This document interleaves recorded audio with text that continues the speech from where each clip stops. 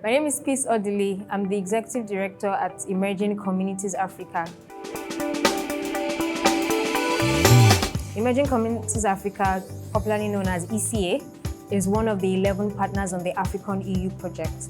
The AfriConEU project is focused on the establishment of the first trans-continental networking academy for digital innovation hub managers, for startup founders, for key players in the digital innovation ecosystem in the African continent and in the European Union. Currently, we are in Benin for academy activities for the AfriConEU project. Today's workshop is titled the Market Uptake Process. For you to succeed in a new market environment, you need to ensure that you are constantly ahead of the curve. You understand the regulations, you understand the people, you understand the cultural difference. This initiative is really a laudable one because what was learned today is something that people just don't get out there. Like everybody knows, okay, startup and technology, but actually how to get your product to the market and how to succeed in the market. So I really hope that the participants today got value. I know they did, but also that they apply it. It was good to be in Benin. The digital innovation ecosystem here is thriving. They received us with open arms, and we had this workshop and it was quite successful. Welcome to the market uptake process of the technology transfer. I will not take so much of your time. I'd like to call on Peace Odili, who is the Executive Director of Emerging Communities Africa, to give an overview of what we do at ECA and also make an introduction to the AfriConEU project. Please put your hands together to welcome Peace Odili. Thank you, Wane. Good morning, everyone. Thank you for joining. For those of us joining online from wherever, good morning, good afternoon. Thank you for joining, and we apologize for starting really late. So this is the technology transfer process with focus on market uptake, like my colleague mentioned. And we are from Emerging Communities Africa. We're a non-profit focused on catalyzing technology development to solve problems, to solve social and entrepreneurship challenges in underserved communities in Africa. And we are one of the partners on the AfriConEU project. Just after now, shortly, my colleague from Italy will be presenting the AfriConEU project. And I hope that we have wonderful conversations here today and our minds are broadened as to startup founders, as to how to be able to ensure that we have products that launch and not only launch, also thrive. So not to waste so much time, I'd like to invite Joseph. Joseph is online. I'd like to invite Joseph to present the AfriConEU project. Thank you very much. Thank you, everyone, for joining us today. I'm sure this may be a repeat for some of you who have already joined us for some of our events, but for anyone who is new or anyone who needs a refresher, I want to welcome you all to this event, which is run through the AfriConEU project. The AfriConEU is the first trans-continental networking academy for African and European digital innovation hubs. It is an EU grant-funded project under the Horizon 2020 grants, running from February of 2021 to January of 2024. Okay, so what are we trying to do with AfriConEU? We are trying to develop, as I said, the first trans-continental networking academy to support digital innovation hubs on both continents. That's in terms of capacity building, knowledge sharing, networking, collaboration, joint projects, and venture development. Concretely, what does that come down to? We are trying to facilitate the knowledge and experience sharing between both groups of hubs. So this is part of that activity, right? Sharing knowledge and good practices in terms of managing and developing hubs and the innovation ecosystems that rely on. We're developing mutually beneficial partnerships between hubs in Africa and Europe, and supporting collective projects that boost digital economy and especially targeting youth, women, and other traditionally disadvantaged groups, and supporting innovation and growth across both continents. So concretely, we ran a survey program to explore the digital innovation ecosystems in Nigeria, Uganda, Ghana, and Tanzania. Those are the countries that host 4 of our consortium members, the 4 African DIHs that are part of our consortium directly, to analyze the needs of the ecosystems and especially the digital innovation hubs, and figure out how we can turn them into catalysts for digital transformation, entrepreneurship on the continent. This is part of a flagship program on capacity building, which is to drive the skill set for the digital innovation hub managers in particular. We have a flagship program on trans-continental partnerships. That is a series of events designed specifically to push forward collaboration between the 2 continents and to push forward the collaboration on equal footing, right? We don't want this to be something where either side feels left out of the process. So those capacity building programs, partnership development are moving toward digital economies in the communities that we're serving. We're trying to engage a wide spectrum of actors across those ecosystems, a wide spectrum of stakeholders, because that's how ecosystems can really thrive. Looking for ways that we can make sure our program goes beyond just the work that we're doing directly, but actually has a real sustainable impact in the world around it. And that runs through the EU Digital Economy Partnership, and trying to make sure that all of this is durable in the community that we create. And obviously all of this is happening in the context of COVID-19 and the fallout from that, which has a profound change in terms of how digital innovation happens. So we have 5 phases of the project. We're currently in phase 3. So phase 1 was 2021 primarily, and that's a study of state of the art analysis, right? State of play analysis across particularly across the 4 ecosystems that we're targeting primarily.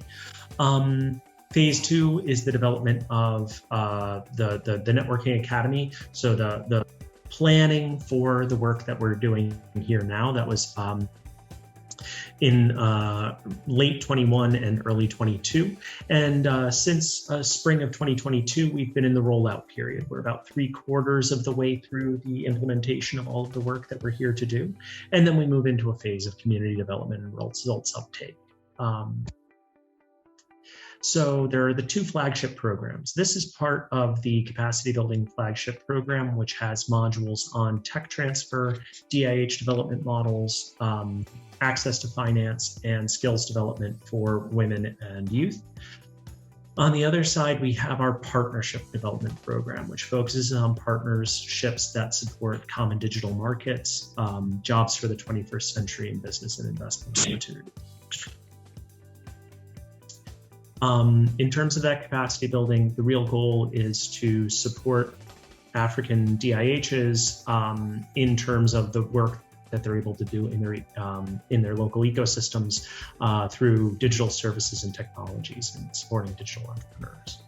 On the partnership development side, it's trying to connect as many different actors from the different ecosystems as we can bring together. And obviously all of this happens with an online community. We have a very robust online community thanks to our friends in obviously all the consortium members, but particularly thanks to our friends from Youth Makers Hub who are currently on the call. They've done an excellent job of fostering the online community behind this project. So what are we trying to deliver materially? 12 workshops, 20 webinars, and 8 masterclasses. That's the capacity building program. This is part of that. As I said, we're about 3/4 of the way through that, but any of the past material is available on our website. So please do go and look at that and check out everything that we've said before, because all of this hangs together as one knowledge package for all of the activities that we're able to do. On the partnership development side, in November, we had our international brokerage event. That was 200 attendees here in Italy. By the way, I'm based in Italy.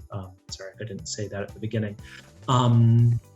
where we brought together people to explore the state of play in African innovation and build partnerships. This summer, so in July and September, we are going to be running 4 design thinking boot camps in Tanzania, Uganda in July, and then in Nigeria and Ghana in September. And those are design sprint style events where we are bringing together people in the communities to work on key problems that are faced in those areas, and how to drive forward those innovation ecosystems that I've been talking about. And then finally, we have a final event this fall, somewhere between November and December, in which we're going to talk about everything that we've done and kind of carry forward the work that we're able to do. And just some numbers that we're aiming at: 1,000 stakeholders, 300 DIHs that we can engage with, 3,000 members in our community, and 200 connections that we're able to build. What we're expecting to be able to do, build up capacity building and partnership development for the DIHs that we're here to serve. Working hard to support the local ecosystems, especially the entrepreneurs that are based there, supporting youth entrepreneurship and youth employment, and bringing forward the work of African DIHs to support entrepreneurial innovation skills. Producing concrete evidence of the tools, right? So the use of the tools that we're bringing forward, and how we can project the work that we do forward after the end of the project in January. We want to intensify transnational cooperation, or trans-continental cooperation. Obviously, that's kind of the theme across all of the work that we're doing, and pave the way for a new kind of partnership. As I mentioned, we're a consortium of partners. We're 11 members, 7 from Europe and 4 from Africa. And you see the map of all of our locations here. I want to thank you for being here. Thank you for taking part in this activity. This is a really great topic and great theme to be exploring. And I really hope you get something out of it and are able to bring this back and really support the digital innovation ecosystems around you based on the work that you do here today. Obviously, if there is anything that you need, you can find out more information on our website, AfriConEU.eu. And you can also email us at AfriConEU@InnovaBusiness. And from there, you can find out a lot of extra information and find all of the recordings of past events and various other resources. Also follow us on LinkedIn, Instagram, Twitter, all the places. Thank you very much.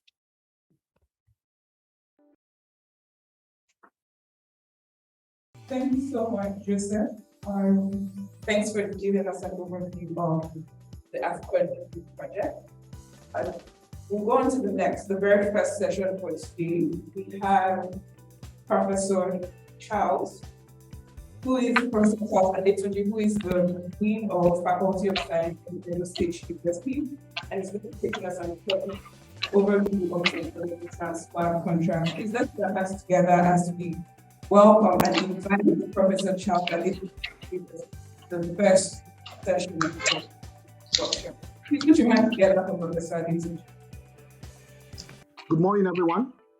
I'm so happy to be here this morning, and I want to thank the organizer and the project coordinator on the emerging community in Africa for bringing me to have a talk to this wider audience across Europe, America, and the rest of the globe.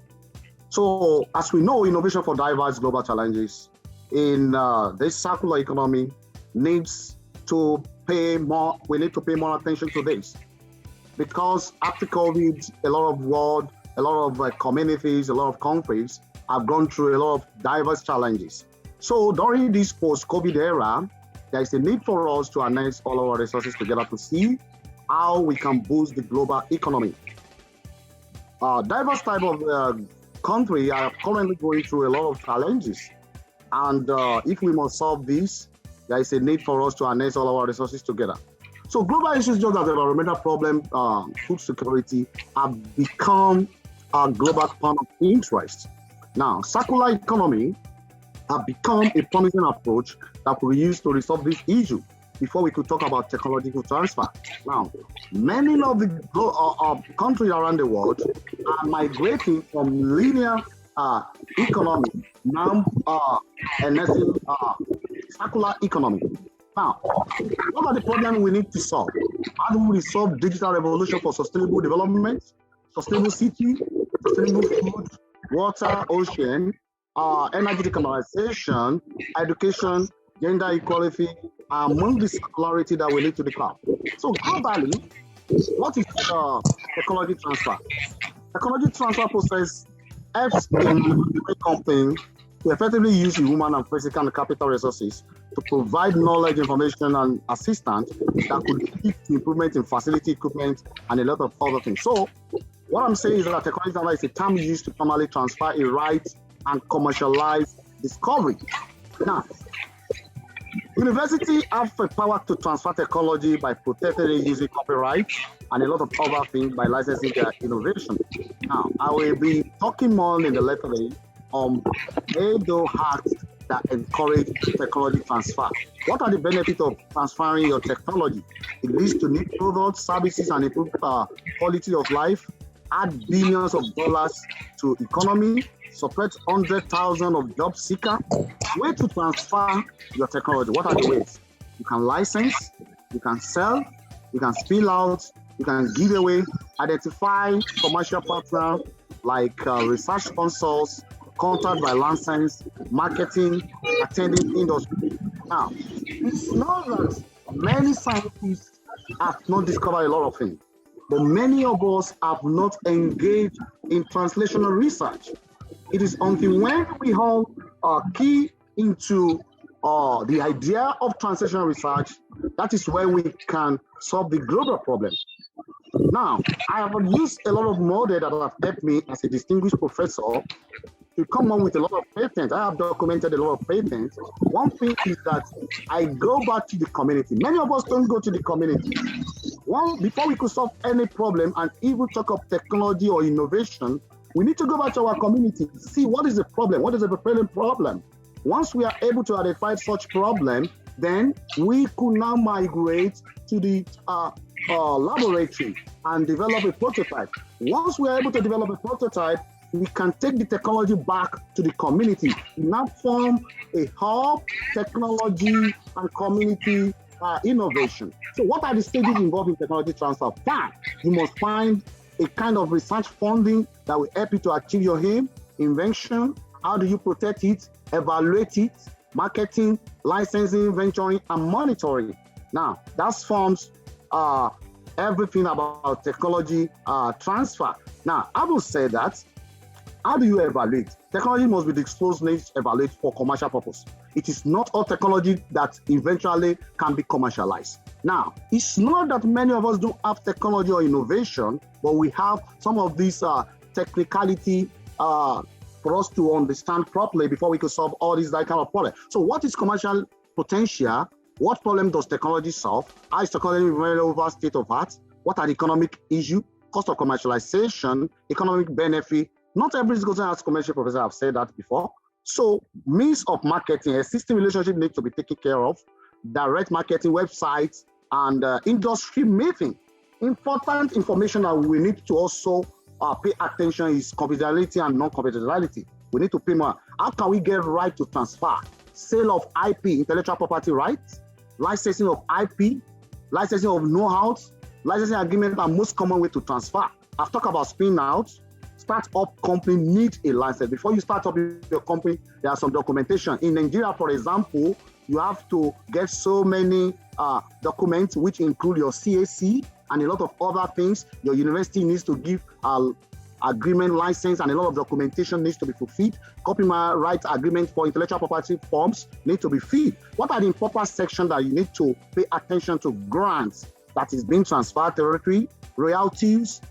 People pay royalty as a kind of rewards for licensing your patents, for licensing your technology and innovation. So return of rights, research rights, publishing rights, and sponsors research. So in terms of monitoring, make sure the license is complying with the time and agreement. Make sure the third party are complying with the IP. You need a very strong clause which involve innovation, marketing, designs, and a lot of other. So sample I will be talking about is that what is invention, difference between invention, innovation, design, and wheel that many of us use in our car, a bicycle, tricycle, and a lot of things. So someone needed a device to utilize this, that is innovation. The idea of turning into reality and implementing it from a design, whereby further development that need promotion is dilution. So in terms of invention, it has been for diverse number of years, from 100 years since 18th century, 19th century, I love it. So invention need proceed the products, which is another sample that we have. So what are the complicated parts of innovation?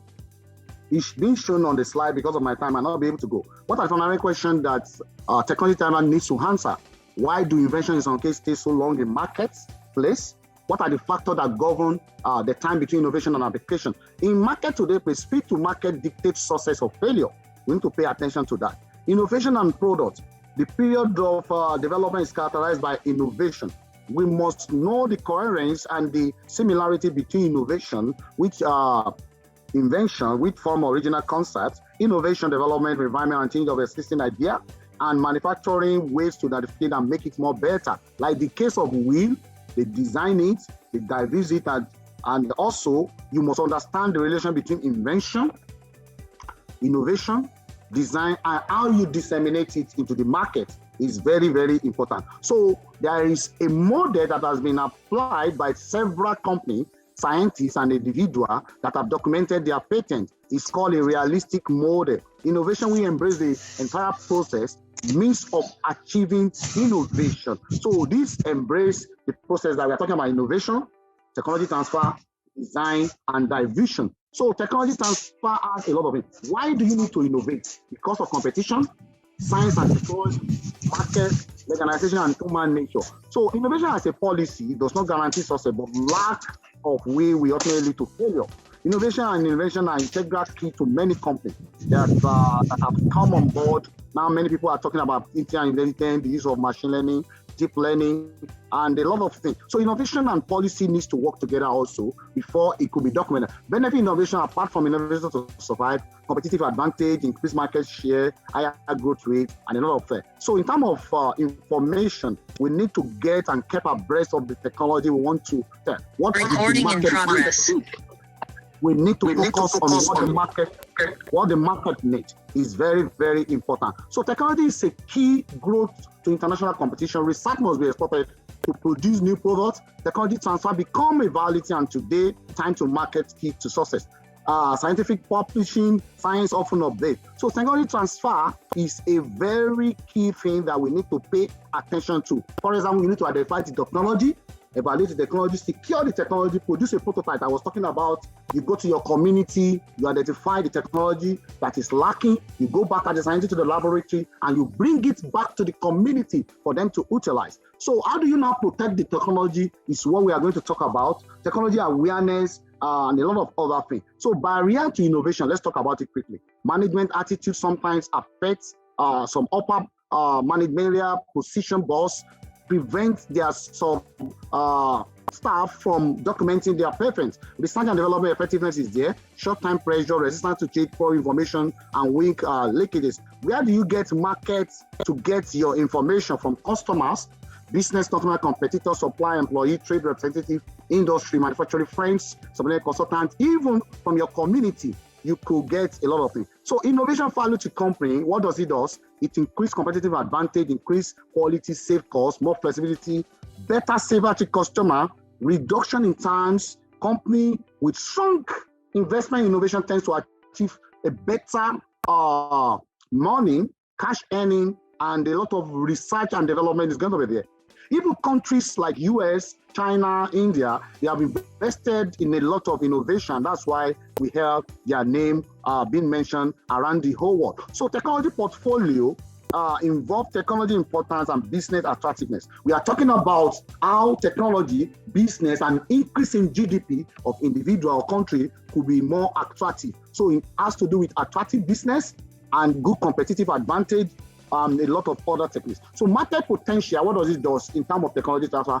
Identify potential customer. It enables you to see who is responsible, who are your targeted audience, recording data, and a lot of where you can analyze your results. So there are some benchmarks that help to understand the amount of changes that require the target phase in terms of internal, competitive, functional, and generic. Searching for technology is very important. So a lot of universities, research institutes where research is being carried out, have embedded and focused their attention on research and development.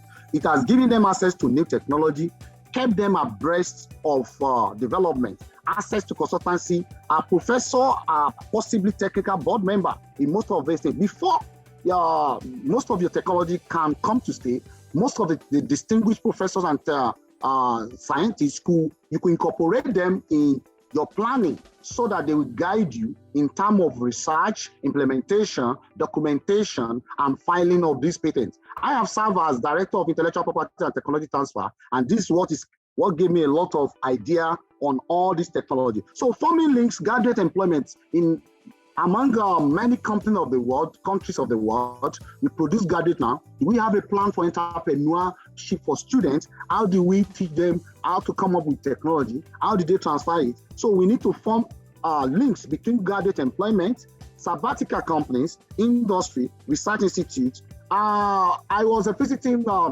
scientist to Hebrew University in some years back. I had a discussion with many of the Nobel laureates, and I discovered why do they have so many innovations? Because there's a synergy between research institute, university, and industry. Until when we have those three clusters being working together, it might not work together. So we need to focus more attention on the university industrial partnership. Why are we having research? Why are our BSc student, master student producing papers without innovation? Why we are not having more money in our pockets? Why can't we supply money to boost the GDP of our country? We need to come to the point of university industrial partnership. So I'm focused more on real world perspective focused problem, prototype. I was talking about facility and market experience.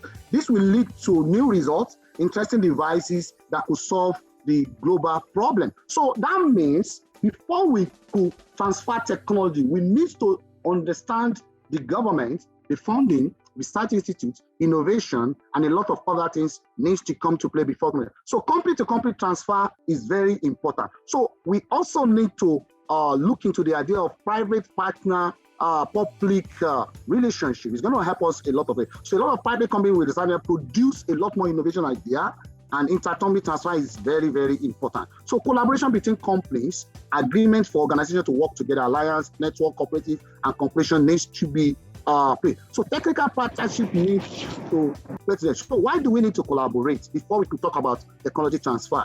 Ability to share risk, cost, gain technology know-how, speed of products, produce industrial standard, gain more market, and a lot of things. So what has been hindering many of us from documenting our patent, from licensing our innovation, is because of lack of awareness, lack of knowledge. Many of us don't have funds in Nigeria. Many people depend only on TED funds, and a lot of common interest and conflict of interest, lack of trust, poor communication, infrastructure problem, technical problem, research problem, and organizational problem. Many people have a lot of idea, but they have challenges in their place of work. So all this needs to be taken care of and has major influence on how innovation process is being transferred.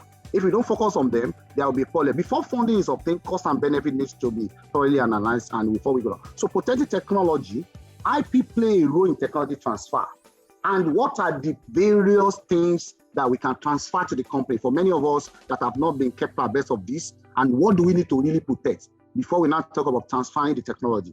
With number one, patents, secret trades, trademarks, copyright, and confidential information. So what are the major question that has always arisen in terms of process and non-process, talking about identifying issue and problem issue, how to save money, and a lot of other things. So prototyping assists in the following area in planning, feasibility, clarification, exploring more options, improve products, verify design, and all of the things. So what are these risks involved? Increased time-to-time marketing, prototype too early, insufficient testing, lack of knowledge, and a lot of other things. So we need to determine the value of invention before we license. How much does it cost? Is it going to cost $500 million US? Is it going to cost $1 billion US? You need to value it. Compensation. Whenever you license all these I have talked about before, patent, secret trade, trademark, copyright, and confidentiality, definitely you must be expecting a reward, and that reward is called compensation or royalty. It varies from people to people, and sometimes they call it some more payment, a process, and a technology. So royalty fees for sub-licensing, for stock, equity, and a lot of other stuff out there. So simple model for negotiation royalty is always there for you to back on. Variable averting royalty include degree of execution, association net sets, type of license, time of license, and a lot of other stuff. So what do we need to have about in generally? We need to understand sustainable research development, long-term strategy, professional research and development, proactive communication that will be involved, you'll be using before you could license your technology, regional development in terms of then market development. Do they take tax in your country? Then you need to focus more attention on competition, cooperation, and national need for possibility, long-term goal that you intend to achieve when you are commercializing your technology. Beyond political agendas, you need to understand not what they do. So before you could achieve research and development, before you talk about technology transfer, you need to understand the regional approaches, joint efforts, and competition accountability, research development, and a lot of other stuff. Now, the university have engaged in a lot of science, research, and development. But what is most important is that we need to harness and identify our best brain, the best faculty, and set up entrepreneurship startup at the university is very important. We pay more attention. Expertise and comprehension is very important. Basic and applied science, we need to focus on more. Technology is also more important. Seed money, for many of us to start up a lot of business is very, very important. Sustainable economic development is very, social care is very important. So before technology could be the best practices, before we talk about technology transfer, we need to regularly institutionalize contact of the university between industry need to be good. There must be a synergy.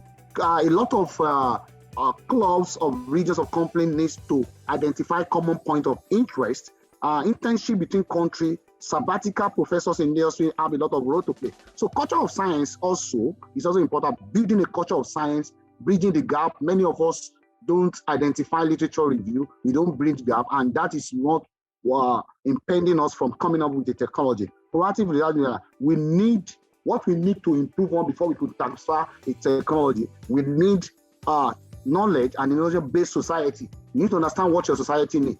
Now, I was able to identify what some people have established before, that what are the top research universities. They can be found in Israel, Finland, Denmark, Australia. Why? Is because they engage more in technology. Number one is Harvard University, Cambridge University, Stanford, Berkeley, MIT, and a lot of them. Why are they top? Is because they engage in research and development. So what did they do to help them in their technology transfer? Because they could be listed at the top university, they engage in consultation. How many of us as a professor are engaged in consultation? How many of us are engaged in training, seminar, and conferences? Organization of student and doctoral research practices, assisting the management of business procedure, study of effective technology and product, curation of new technology. Also, research attainment could be based on gaining of experience, making contact with foreign organizations. How many collaborators do we have? How many industry in abroad are we collaborating with? How many industry as our students have they visited? And a lot of many more is very important. So mission of the university is not just education, but discovery, prevention of innovation, and a lot of that. So until when university set priority for future research, we cannot get it right. New faculty need to be hired based on priority. We need to identify what are the needs, who is necessary, not just because of favoritism or nepotism. Faculty and entrepreneurs need to join together. Federal government, foundation, corporates, material transfer consultancy needs to put together. So if we are talking about stakeholder in the university, talk about the faculty, the deans, the research, legal finance, and a lot of other things. Influences of technology transfer needs to be focused attention on physiology of the university. We need now to work on philosophy of entrepreneurship and the risk involved, expectation, possibility, access to management, local, and a lot of other things. We need, in terms of business development in the university, we need to do a lot of things to make money. We respect academic value, compliance with government organization, and maintain a lot of things. Disclosure to evaluation, technology licensing, management of existing license, material, and agreement. So we must be able to bridge a gap between research and economy. Limited impact between research and development in terms of competitiveness, limited cooperation between research and development, and SME need to be focused on and pay more attention. So scientists are not motivated to work. It's not that people are not intelligent. People are super intelligent, but they are not motivated. SME are not motivated to work with academic and scientists. If you want to go into this, there must be a collaboration, strong insertion and pull. So push and pull technology. I talk about the technology push and market pull. We need to understand what's the difference between technology push and market pull. Is it a top from top bottom or bottom approach technology? So technology push and market push need to be. Success rates has always been encouraging. So a challenge is that more attention has not been. So 3 partners that we need to focus before we could transfer a technology or come up with a technology, and before a technology could boost the global economy of that company. Technology institutions need to provide appropriate technology. SME needs to come in place. Governments also have a lot of role to play. So the means to identify SME and sell them, targeting conference and seminar where new discovery are being presented is very important. Commercial fair, trade fairs, brokering events, VC forum, private consultancy, data banks, and communication with SME is very, very important. It takes some time and personal contact. Numerous ways to cooperate include research development, contract, consultancy, and a lot of other things. So role of government in public-private partnership is very, very important. We are talking about national, regional, local government, and a lot of them need to play. So in terms of SME, government need to strengthen SME competitiveness by defining partner, preparing business plan, and a lot of other things. We need to talk about the legal aspects. We need to talk with a legal person that understands the meaning of patent, trade, copyright, and a lot of things. Now we need to focus more attention on World Bank project, European World project that focuses attention on technology transfer. To create a environment, government need to pay this. Patents law, encourage mobility, research funding. The role of government also improve infrastructure. Many universities do not have infrastructure, and they have enough scientists and professors that could come up with technology, but when the environment is not conducive, there is nothing they can do. So incentive for SME is very, very important. Then legal framework needs to be developed, and a lot of policy needs to come in there. So what are the methods that you can use to transfer your technology? Number 1, training of your students, publication of research outlets, exchange of research material, collaboration project, consortium, faculty consultant, technology, and a lot of it. So technology transfer involves commercialization, reward, inducing collaboration, promote economic growth, and promote the GDP of a country, and disclosure and evaluation and licensing and a lot of material agreements. So criteria for startup include business plan, expectation that company can opportunity go, faculty staff involved in the clearing conflict of interest, and a lot of other things. Stakeholder in the university, I've talked about them, and a lot of other things. So business development university, changing the role of the university. Challenge of the university and the other research to unable to retain qualified people, because there is a lot of brain drain around most African countries because they could not be encouraged in their university. So a lot of things need to be important. So point of concern, university investors are sometimes considered too early. Universities tend to publish early. University mindset and are not entrepreneur. We need to focus more attention on this. So a lot of strategy and parts that we need to do, like invention of IP, sale of IP, IB2 and donation. So intellectual property have a lot of employment cycle that involve internal and external relationship like IPR, tangible, patent, trade draft, confidentiality. All of them could come together in terms of mission and revenue and form a kind of asset management value for IPR. So this is going to go a long way, and we need to focus more attention on all this. So before we could achieve any good technology transfer, there must be a synergy between the university and industry. So in terms of teaching, research, service, economic development, that is the only way we can have commercialization of new products. So academics and industry have a lot of role to play. So factors that influence university industry collaboration in terms of technology, computer software, advancements about technology, increase entrepreneurial community, show public-private relationship, encourage research collaboration, federal government programs, state programs, and a lot of it. This way, then we need to focus more attention on interdisciplinary approach, encourage and lay more emphasis on commercialization, encourage university industry collaboration. Issues in university and industry that have been documented include ownership of intellectual property, confidentiality, provocation, direct cost, and a lot of things. University need to abandon the core mission. Potential change of university research, university funding is also a concern of loss of objectivity, investigation conflicts, institutional conflicts, association of university technology manager, and a lot of others. The type of cooperation will include direct funding, exchange of program, commercialization, invention, and research, a lot of them. So discovery to entrepreneurship involve university, private research company, entrepreneurial licensing, patenting, discussion, and discovery. So you have seen that university, industry, and private sectors have a lot of role to play, and in government also. So invention involve a lot of complex processes, which involve complete innovation, evaluation of the invention, convey discussion, whether that will not lead to whether your patent will be filed or will not be filed, notification of the patent, invention to complete declaration and agreement. That's from the process involved in the documentation of your patent. And patent might last up to 20 years, after which you have been licensed to have your patent. So invention of patent involves preliminary screening of appropriate filing, evaluation of the product and market, evaluation of science strength, evaluation of the patent position, additional consideration. And these are the process involved in filing of patent and setting up and commercialization. So goal of a university IP is not conflicting with primary goals of the university. You must be able to balance it as a researcher and scientist. So ownership is very important. I talk about Debo Act of 1918 US is one of the inventors that must disclose invention to the university and the government, with the statement that invention was made with government support. So important provision on this Debo Act involve university may elect title to invent, university are expected to protect IT, government retain non-exclusive license, government retain matching rights, and a lot of other stuff there. So this is the art of technology. So I will say that invention disclosure is very important. A disclosure is the first signal to the university that invention has been made, and you have your director of intellectual property that will help you in filing and documentation of your patent.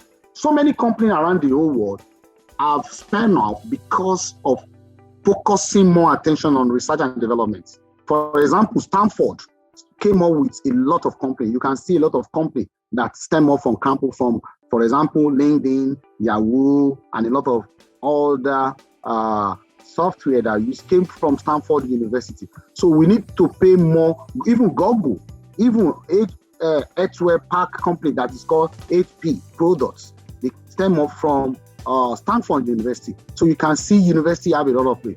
Now, so for my own group, we've been able to do a lot of collaboration that led to a lot of innovation. This is one of them, and this is another one of them. And before we could talk about licensing and technology transfer, we need to engage more in interdisciplinary research. That is the way out we can solve the global problem. And also, you need to carry people along from primary school to secondary school and to university. So on this note, I want to appreciate all of you. You can join me if you have any book projects or any other thing that I may assist you in terms of technology. This is my company, and we normally have recent advances in technology, a yearly program where we discover about technology transfer, innovations, and a lot of others. These are some of the programs we have had in the past, and also have consulted for federal government in terms of technology transfer. Many of us, it's not that we don't have the technology, but we don't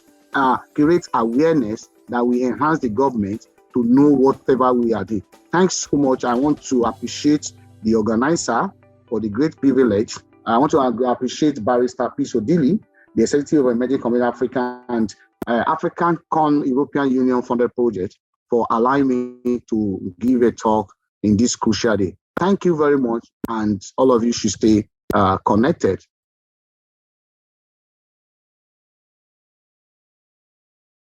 Thank you so much. Thank you so much, Professor Charles. I think that you've done an amazing job giving us an overview of the technology transfer contract process. We'll move on to the next session, which is going to be a panel discussion. We're going to be talking about deal making and negotiation phase of the market uptake process. I'd like to call on our panelists to come up to the front and join me here. We have Chioma Obiokoko. Please put your hands together for Chioma. She comes up. We also have Jeremy Abomera. Please put your hands together for Jeremy. We are going to be joined by John. And Tina Balewa is unfortunately unable to attend this mostly. I am going to be moderating this panel.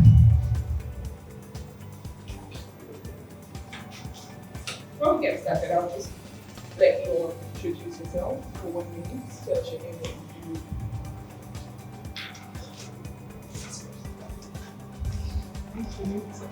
Hello everybody, my name is Chioma Obiokolo. I'm the head of technology products and consulting at Resource Technology Limited.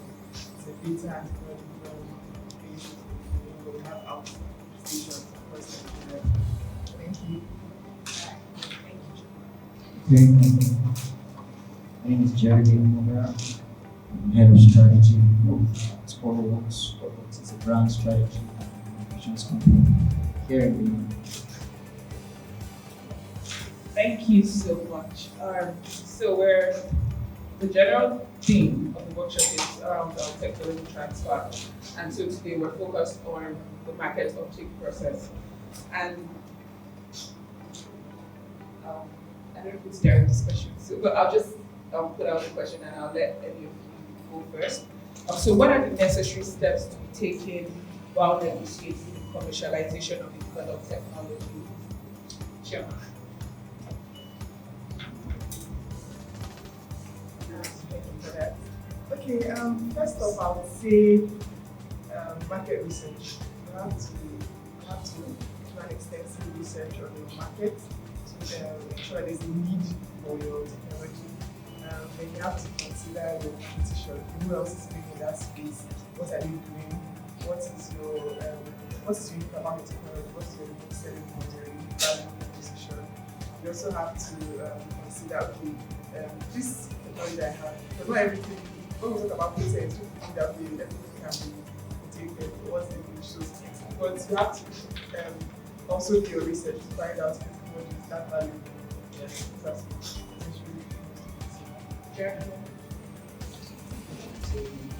Practically, you have to go. There has to be really technology. It's quite important.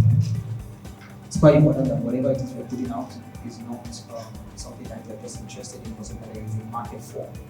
So when that is the beginning of the conversation for you as a tech developer, then you can say, oh yes, whatever it is that you're creating has a place for it. Then you can have to talk about negotiation conversations afterwards. But there should be a need for whatever it is that you're tech. Thank you so very much. And I like the fact that both of you sort of touched on how you need to be sure that there is a market for the product, for the technology that has been developed. And like Chioma said, you need to find out, like before you go ahead to patent your technology or your product, how valuable is it? So how do you identify commercial opportunities for an already developed technology?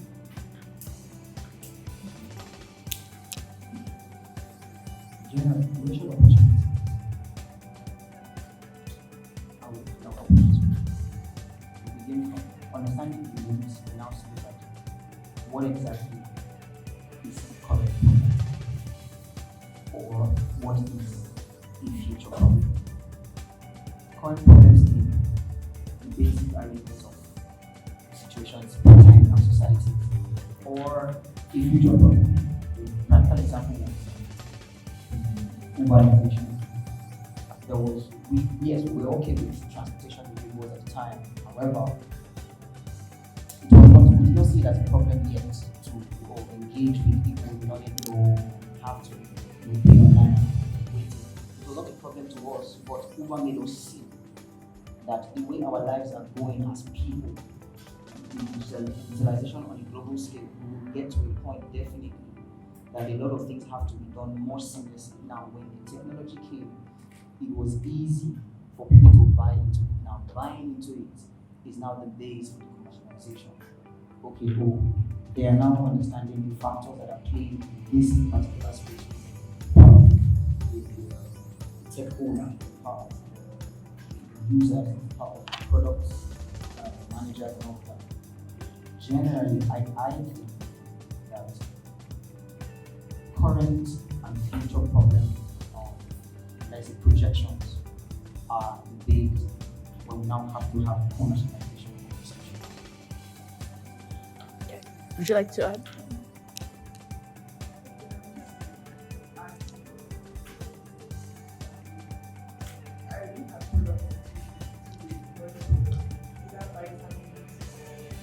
Painkillers.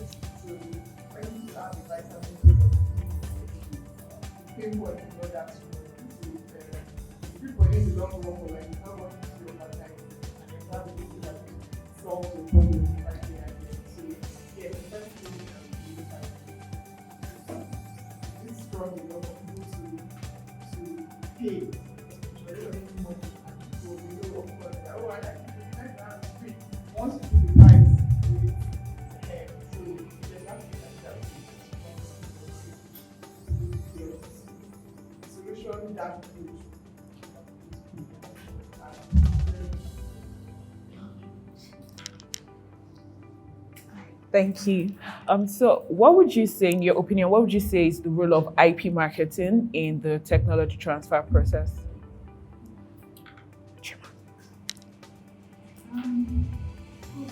Marketing is quite good. I think marketing in particular has to do with intellectual property. So I work with legal experts to ensure that you get the right thing. Like you said, I think it's quite good.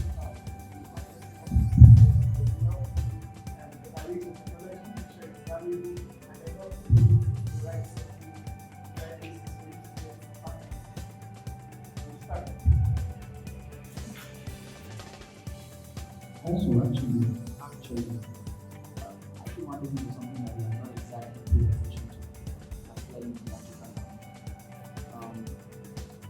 We have technology being developed every day. We have technology developing, we have new products being developed in the market. But we are so excited about the product that we forget that these products have lives and their own. So if we are not now deliberate about, we are not deliberate about ensuring that our brain children, right, these products that we have developed are actually protected legally, we would have a lot of products that would, yes, amazing products, amazing execution and all that, but someone else can just be the first to do a patent to it, for example, or have legal conversations first before you about it. And even if you had the idea first per se, you actually don't have rights to that product anymore. So it's something that we need to have more conversations about within the African tech space. Thank you so much. So the next question I have for us is, what would you say are some of the legal precautions that should be taken in the deal making and negotiation phase of a technology transfer?